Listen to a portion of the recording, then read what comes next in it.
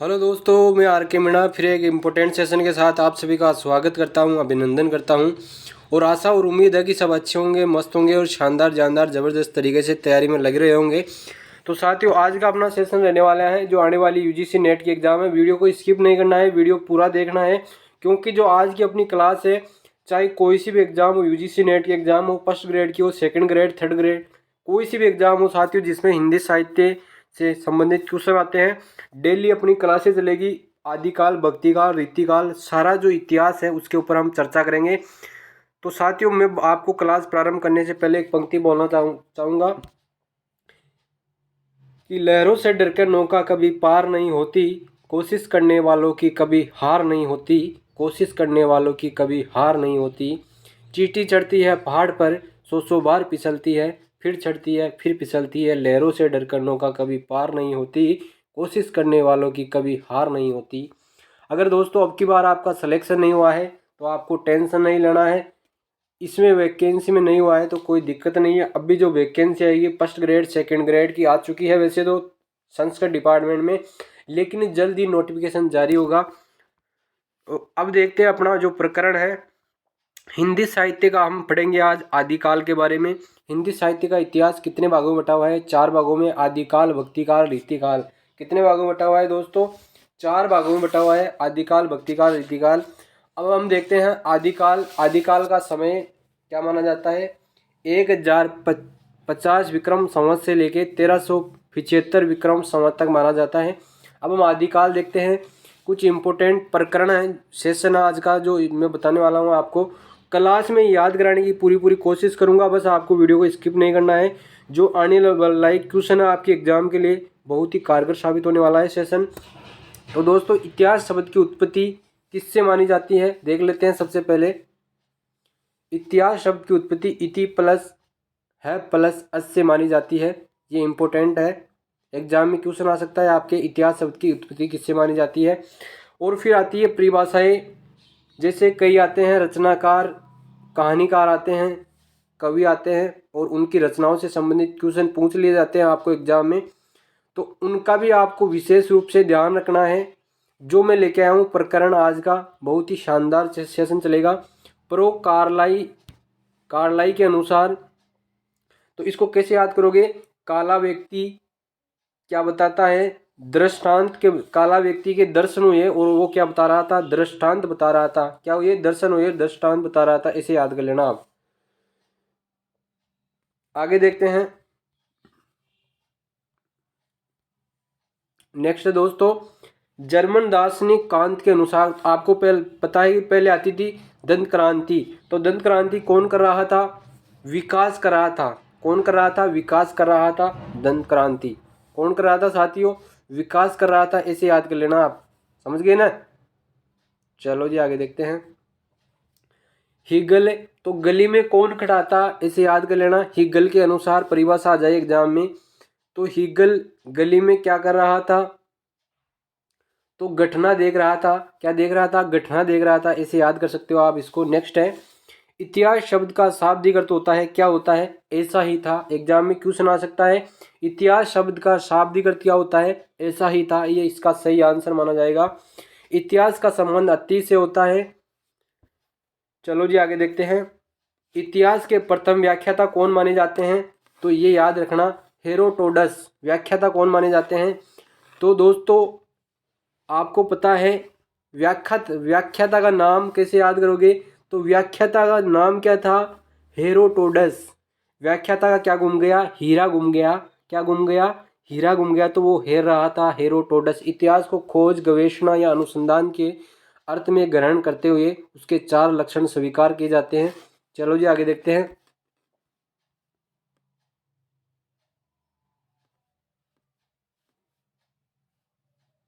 यहाँ तक समझ में आ गया ना? और लाइक और शेयर करते रहो फटाफट से, क्योंकि साथियों आपको निःशुल्क क्लास मिलेगी। आपका अपना यूट्यूब चैनल है। इतिहास वैज्ञानिक विधा है, ये भी क्वेश्चन आ सकता है। एक इतिहास क्या है? एक वैज्ञानिक विधा है। इसकी पद्धति क्या होती है? आलोचनात्मक होती है साथियों। मानव जाति से संबंधित होने के कारण इतिहास मानवीय विधा है। इतिहास क्या है? इतिहास क्या है? मानवीय विधा है, ये याद कर लेना। पुराणों में ऋषियों और महापुराणों पुरुषों के चरित्रगान को इतिहास के रूप में स्वीकार करते हुए घटनाओं की अपेक्षा चरित्र को अधिक महत्व दिया गया। और दोस्तों जो पहले के जो ऋषि मुनि थे उन्होंने सबसे ज़्यादा किसको अधिक महत्व दिया था? चरित्र को महत्व दिया था, ये याद कर लेना। और अर्थात इतिहास एक ऐसा पूर्ववर्त है जिसके माध्यम से धर्म, अर्थ, काम, मोक्ष का उपदेश दिया जाता है। आगे और देखना, बहुत ही शानदार जानदार जबरदस्त तरीके से आपको क्लास मिलने वाली है आज। साहित्य की परिभाषा रामचंद्र शुक्ल के अनुसार पूछ सकता है आपको कि साहित्य की परिभाषा क्या है रामचंद्र शुक्ल के अनुसार, तो इसका मेन सार याद रख लेना। तो राम जी थे, उनका क्या हो गया? चित्त परिवर्तन हो गया। चित्तवर्ती में क्या हो गया? परिवर्तन हो गया, चित्तवर्ती। इसे याद कर लेना, रामचंद्र शुक्ल जी के क्या हो गया? चित्तवर्ती में परिवर्तन हो गया। एक क्वेश्चन आ सकता है कि साहित्य शब्द की उत्पत्ति किससे मानी जाती है? सह प्लस हित प्लस यह के योग से मानी जाती है। साहित्य शब्द की उत्पत्ति किससे मानी जाती है साथियों? इससे मानी जाती है। चलो आगे देखते हैं। नेक्स्ट है, किसी भी जाति के साहित्य का इतिहास, यहां से क्वेश्चन बन सकता है। क्या बनेगा?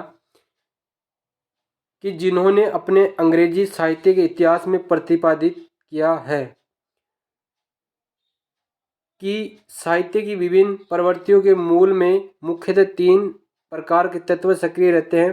टेन के अनुसार, फ्रेंच विद्वान टेन के अनुसार साहित्य की जो विभिन्न प्रवृत्तियां हैं उनके कितने प्रकार बताए गए हैं? 3 प्रकार बताए गए हैं। जाति, वातावरण और क्षण विशेष, ऐसे याद कर लेना। नेक्स्ट है, अब दोस्तों बहुत ही इंपॉर्टेंट प्रकरण प्रारंभ होने जा रहा है।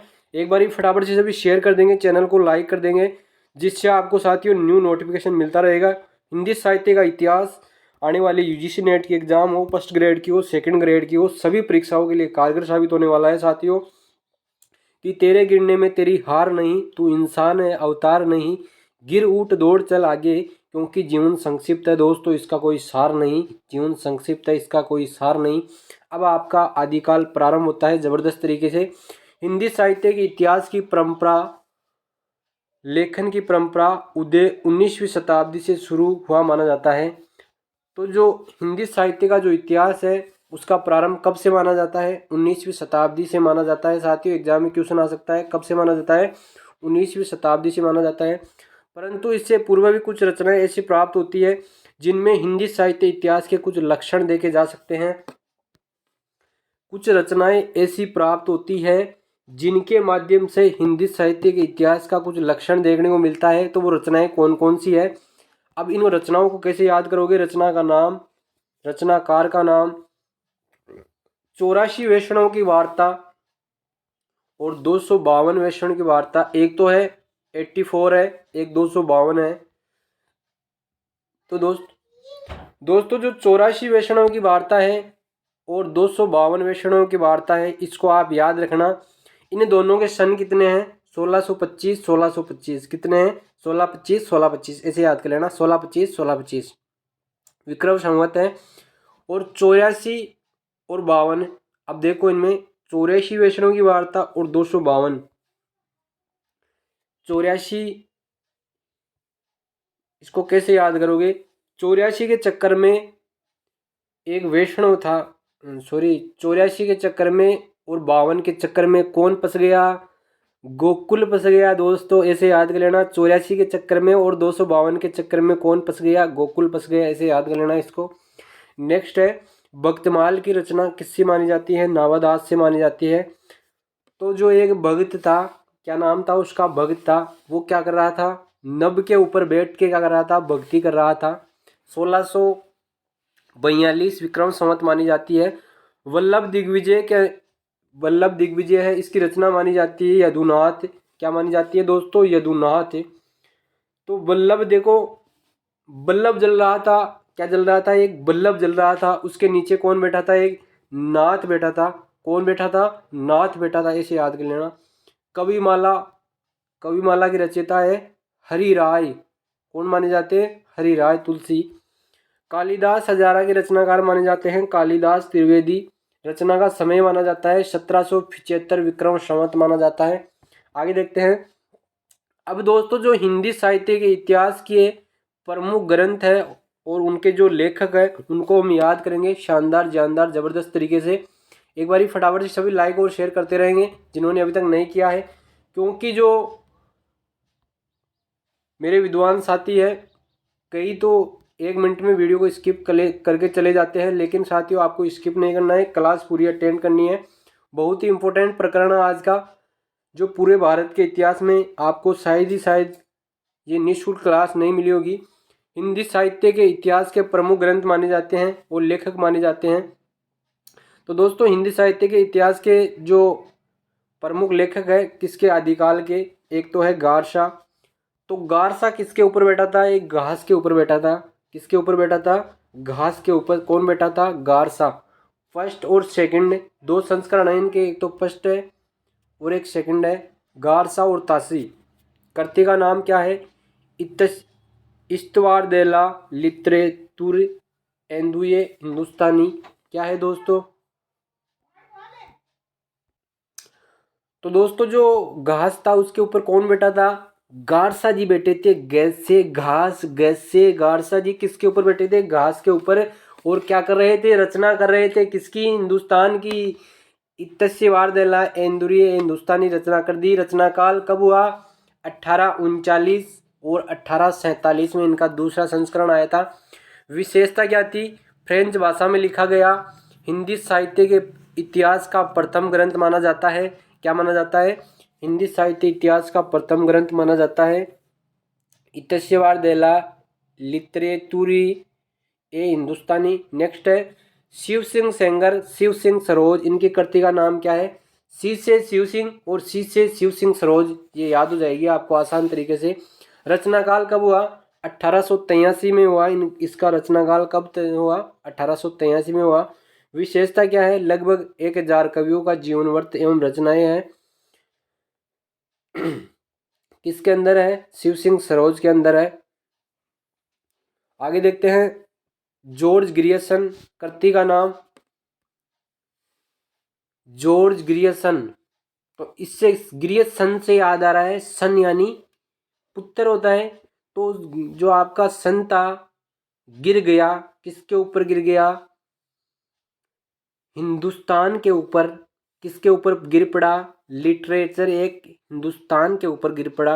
रचना काल 1888 में। विशेषता क्या थी दोस्तों इसकी?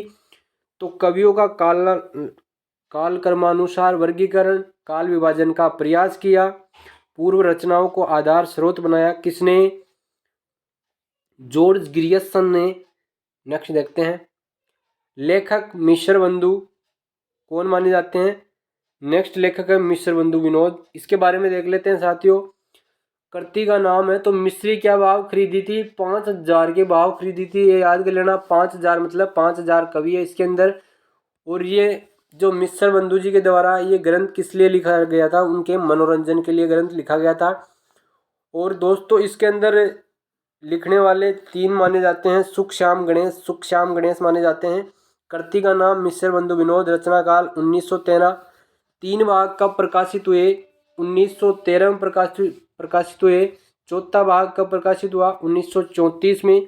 विशेषता 5000 कवियों को स्थान दिया गया, काल विभाजन का प्रयास किया गया। लेखक है नेक्स्ट आचार्य रामचंद्र शुक्ल। इतिहास का कृति का नाम हिंदी साहित्य का इतिहास आचार्य रामचंद्र शुक्ल का है। हिंदी साहित्य का इतिहास 1929 में भूमिका के रूप में प्रकाशित हुआ। कब हुआ था? 1929 में। काल विभाजन इतिहास दर्शन नामकरण का सुस्पष्ट आधार, रचनाओं का साहित्यिक मूल्यांकन।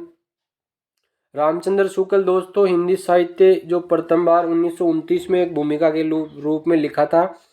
आगे दे रखा है आचार्य हजारी प्रसाद द्विवेदी। कृति का नाम हिंदी साहित्य की भूमिका, हिंदी साहित्य का आदिकाल, हिंदी साहित्य उद्भव और विकास। ये याद रख लेना आप, इंपॉर्टेंट क्वेश्चन है। हिंदी साहित्य की भूमिका ये थोड़ी टाइपिंग मिस्टेक है। हिंदी साहित्य का आदिकाल, हिंदी साहित्य का उद्भव विकास। तो मेन क्या है इसमें? हजारी प्रसाद ने क्या लिखी? भूमिका लिखी, आदिकाल लिखा, उद्भव और विकास लिखा, इसे याद कर लेना। नवीन सामग्रियम, नूतन दृष्टि, शुक्ल जी के अनेक निष्कर्षों से सहमत थे। लेखक डॉक्टर रामकुमार वर्मा। कृति का नाम हिंदी साहित्य का आलोचनात्मक इतिहास। तो दोस्तों इसको कैसे याद करोगे? राम जी की क्या करते हैं, जो आलोचना करते हैं वो आगे नहीं बढ़ पाते हैं। राम जी क्या कर रहे थे? आलोचना करते हैं। लोग अभी राम मंदिर बना था तो कई मेरे विद्वान साथी आलोचना कर रहे थे। रचना काल 1938 में। विशेषता क्या है? इसके 2 भाग प्रकाशित हुए। किसके दोस्तों? आलोचनात्मक इतिहास। डॉक्टर गणपति चंद्र गुप्त, हिंदी साहित्य का वैज्ञानिक इतिहास। तो इसको कैसे याद करोगे? वैज्ञानिक कौन था? वैज्ञानिक कौन था? गणपति। गणपति गणपति क्या था? वैज्ञानिक था। इसको ऐसे याद कर लेना। रचना काल 1965 में है। इतिहास से संबंधित अन्य ग्रंथ, डॉक्टर धीरेन्द्र वर्मा, हिंदी साहित्य इतिहास। धीरेन्द्र वर्मा, हिंदी साहित्य इतिहास। भगीरथ मिश्र, काव्य शास्त्र का इतिहास। जो भागीरथ मिश्र है उसने क्या लिखा था? भागीरथ नाम का ये व्यक्ति था तो वो क्या लिखता है? शास्त्र लिखता है, इसे याद कर लेना। नगेंद्र, काव्य की भूमिका। नगेंद्र जी क्या लिखते हैं? काव्य की भूमिका। विश्वनाथ अतीत, इसको कैसे याद करोगे? विश्वनाथ अतीत, विश्वनाथ अतीत, इसे याद कर लेना। प्रभुदयाल मित्तल, चैतन्य संप्रदाय और उसका साहित्य। प्रभुदयाल मित्तल क्या लिखा? चैतन्य संप्रदाय और उसका साहित्य। तो दोस्तों जो प्रभुदयाल जी थे उनका चैतन्य, उनका मन क्या हो गया? चैतन्य हो गया, इसे याद कर लेना। प्रभुदयाल जी का क्या हो गया? मन चैतन्य हो गया। जो दयाल जी होते हैं उनका मन कैसा होता है? चैतन्य रहता है। परशुराम चतुर्वेदी, उत्तरी भारत की संत परंपरा। परशुराम जी क्या बन गए? संत बन गए परंपरा के अनुसार, इसे याद कर लेना। मोतीलाल मेनारिया, राजस्थानी भाषा और साहित्य, राजस्थानी पिंगल साहित्य। मोतीलाल जी ने क्या लिखा था? तो दोस्तों मोतीलाल जी का याद कर लेना। मोती कहाँ मिलते हैं? राजस्थानी भाषा और साहित्य में, पिंगल और डिंगल, ऐसे याद कर लेना। इतिहास से संबंधित अन्य ग्रंथ, डॉक्टर नलिन विलोचन शर्मा, हिंदी साहित्य का इतिहास दर्शन। अब इसको कैसे याद करोगे? इतिहास से संबंधित अन्य ग्रंथ, नलिन विलोचन शर्मा। तो नली के अंदर कौन गिर गया दोस्तों? दर्शन करने वाला किसमें गिर गया? नली में गिर गया, इसे याद कर लेना। राम नरेश त्रिपाठी। तो राम जी क्या कर रहे थे? एक सेकंड। हाँ, राम जी क्या कर रहे थे? कविता के साथ कौमुदी देख रहे थे। क्या देख रहे थे? कौमुदी देख रहे थे, इसे याद कर लेना। बाबू श्याम सुंदर दास, हिंदी भाषा और साहित्य। तो बाबूजी ने क्या लिख दी? भाषा और साहित्य लिख दी, हिंदी भाषा और साहित्य। सूर्यकांत शास्त्री, सूर्यकांत शास्त्री, विवेचनात्मक इतिहास। सूर्यकांत की क्या हो रही थी? विवेचना हो रही थी। क्या हो रही थी दोस्तों? सूर्यकांत शास्त्री की विवेचना हो रही थी। कृपा शंकर शुक्ल, आधुनिक हिंदी साहित्य का इतिहास। तो कृपा किस पे हो गई? आधुनिक साहित्य लिखने वाले पे क्या हो गई? कृपा हो गई, इसे याद कर लेना। आचार्य चतुरसेन, हिंदी साहित्य का इतिहास। चतुर आदमी ने क्या लिख दिया? हिंदी साहित्य का इतिहास लिख दिया। नागरी प्रचारणी सभा काशी, नागरी प्रचारणी सभा काशी, हिंदी साहित्य वर्ध इतिहास 18 खंडों में। इसके भाग रीतिकाल का संपादन डॉक्टर नगेंद्र ने किया। बच्चन सिंह, आधुनिक हिंदी साहित्य का इतिहास। रामस्वरूप चतुर्वेदी, हिंदी साहित्य और संवेदना का विकास। डॉक्टर टिक्कम सिंह तोमर, हिंदी वीर काव्य। तो इसे याद कर लेना। टिक्कम, टिक्का किसके लगता है? टिक्कम टिक्का किसके लगता है? वीरों के लगता है। नेक्स्ट है, कितना का मैटर देखे।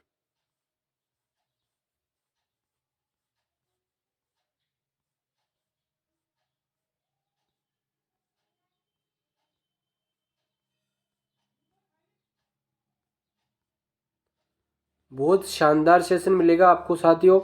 बस चैनल को सब्सक्राइब कर लेना है, बार बार बोल रहा हूँ मैं। आज की अपनी फर्स्ट क्लास है, बहुत ही शानदार जानदार ज़बरदस्त तरीके से लेके आया हूँ आपके लिए। और ऐसे ही मिलेगा आपको सेशन डेली। इसी तरीके से याद कराने की कोशिश करूँगा मैं कि क्लास में आपको मैटर याद हो जाए। एक सेकेंड,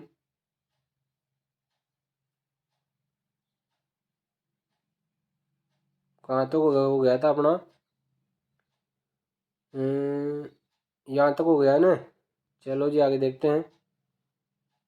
स्मरणीय बिंदु, आचार्य रामचंद्र शुक्ल के लिए इतिहास का नाम, आचार्य रामचंद्र शुक्ल के लिखे इतिहास का नाम है हिंदी साहित्य का इतिहास। हिंदी साहित्य का इतिहास 1929 में प्रकाशित हुआ था। सत्य बात है, सभी को पता है आपको दोस्तों। यह इतिहास ग्रंथ नागरी प्रचारणी सभा काशी के तत्वावधान में हिंदी शब्द सागर की भूमिका के रूप में लिखा गया था। कब लिखा गया था? 1929 में लिखा गया था। शुक्ल जी की मान्यता है कि साहित्य का इतिहास जनता की चित्तवृत्तियों का इतिहास होता है। अभी मैंने बताया था आपको, रामचंद्र शुक्ल जी का चित्तवृत्ति याद कर लेना, जनता की चित्तवृत्ति। शुक्ल जी ने कालों के नामकरण प्रधान प्रवृत्ति के आधार पर किए हैं। किस पे किया है दोस्तों? एग्जाम में क्वेश्चन आ सकता है कि शुक्ल जी ने काल हिंदी साहित्य के इतिहास का जो कालों का नामकरण किस आधार पर किया है? तो प्रधान प्रवृत्ति के आधार पर आचार्य रामचंद्र शुक्ल जी ने नामकरण किए। उनका नाम बताइए तो देख सकते हो आप, वीरगाथा काल, भक्ति काल, रीति काल और गद्य काल। 1375 से 1050 से 1375 विक्रम संवत माना जाता है भक्ति काल। 1375 से 1700 रीति काल, 1700 से 1900 गद्य काल, 1900 से 1984। किसको कैसे याद करोगे? 1375, 1050, 1050, 1375, 1050, 1375, 1375, 1700, 1375, 1700, 1700 से 1900, 1700 से 1900, 1900 से 1984, 1900 से 1984, ऐसे याद कर लेना। जितना दोस्तों आप इस माइंड को नेगेटिव पॉइंट दोगे उतना जल्दी याद होगा आपको। रटना चाहोगे तो याद नहीं होगा, चाहे रट रट के आप खूब कर लो, भूल जाओगे एग्जाम के टाइम पे। प्रधान प्रवृत्ति का निर्धारण किसी विशेष प्रवृत्ति की रचनाओं की प्रचुरता के साथ साथ प्रसिद्ध ग्रंथों के आधार पर किया गया है। प्रवृत्ति इतिहास लेखकों ने आचार्य रामचंद्र शुक्ल के इतिहास ग्रंथ को आधार बनाकर ही अपने इतिहास ग्रंथ लिखे हैं। आचार्य रामचंद्र शुक्ल का जन्म काल 1884 से 1941 माना जाता है। क्या माना जाता है? 1884 से 1941 माना जाता है। इतिहास लेखन की 4 पद्धतियाँ होती है: वर्णानुक्रम पद्धति, कालानुसार पद्धति, वैज्ञानिक पद्धति और वैद्यकारी पद्धति। आचार्य रामचंद्र शुक्ल का इतिहास वैद्यवादी पद्धति पर लिखा गया है। अब दोस्तों, जिसमें जातीय परंपराओं, परिस्थितियों, वातावरण का विश्लेषण करते हुए साहित्य के इतिहास को प्रस्तुत किया गया है। इस पद्धति के जन्मदाता तेन माने जाते हैं। मैंने पहले बताया था अभी कुछ समय पहले, विधेयवादी पद्धति के जन्मदाता कौन माने जाते हैं? विधेयवादी तेन माने जाते हैं। इसको ऐसे याद कर लेना। तो आज का सेशन उम्मीद करता हूँ कि जो आने वाली सभी परीक्षाओं के लिए कारगर साबित होगा। अगर दोस्तों आप मेरे को जितना आप सपोर्ट करोगे उतनी मैं आपके लिए कोशिश करूंगा, डेली इसी की तरह कंटेंट लेके आऊँगा ज़बरदस्त तरीके से। इसलिए एक बार इस सभी चैनल को लाइक कर देंगे, शेयर कर देंगे, सब्सक्राइब कर देंगे, जिससे वीडियो का नोटिफिकेशन सभी को मिल सके। सभी एक बार फटाफट से शेयर कर देंगे सभी दोस्तों को। और साथियों, कमेंट बॉक्स में कमेंट करके बताइए कि आज का सेशन कैसा रहा। और जाने से पहले एक पंक्ति बोलना चाहूँगा कि जिसने समय को मान दिया उसने खुद को पहचान लिया। जिसने समय को मान दिया उसने खुद को पहचान लिया, अर्थात जिसने समय का महत्व समझ लिया, समझो उसी ने सफलता प्राप्त कर ली। साथियों, आज का सेशन उम्मीद करता हूँ कि सभी को अच्छा लगा होगा। जय हिंद।